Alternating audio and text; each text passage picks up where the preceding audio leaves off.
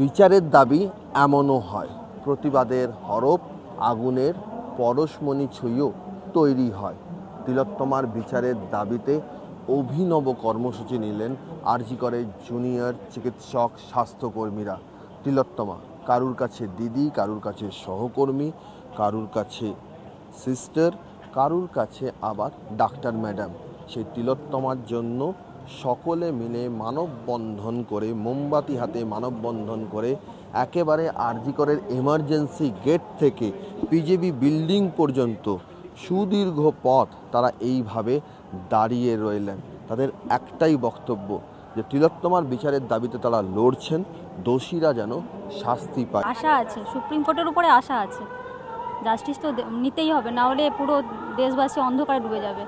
এই আগুন আপনার কাছে কি তাৎপর্য? এই যে মোমবাতির আগুন, সবার চোখে যেন এই আগুন জ্বলে ওঠে, প্রতিবাদের আগুন যেন জ্বলে ওঠে, বিচার যেন শীঘ্রই হয়।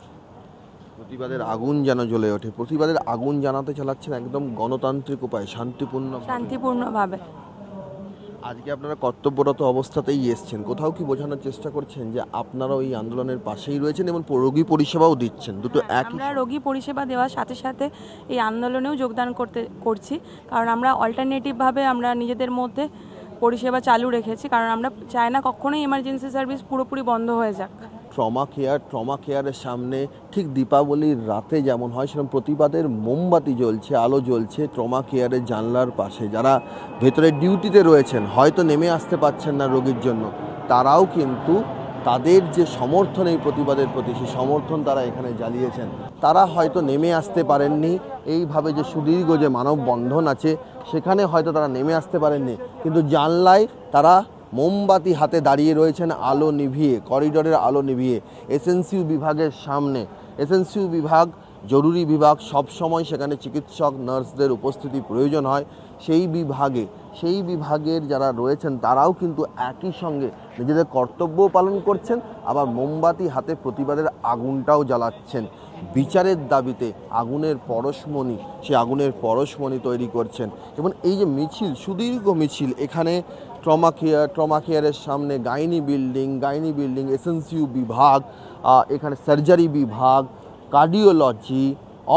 কার্ডিওলজি বিভাগ থেকে শুরু করে একেবারে লম্বা এখানে সবাই এখানে দাঁড়িয়ে রয়েছেন। আপনারা এই মোমবাতি হাতে কি দাবি জানাচ্ছেন? আর যাতে জাস্টিসটা তাড়াতাড়ি পাই, এটাই।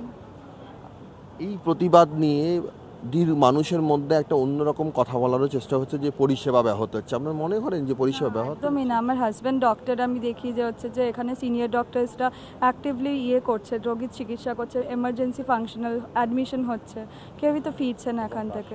আমি যেটা বলতে চাই যে আমাদের অভয়া ক্লিনিক যেটা রয়েছে, যেটা টেলিমেডিসিন যে পোর্শনটা রয়েছে, সেটা রোজই ফাংশনাল থাকছে, প্রত্যেক দিনই হচ্ছে।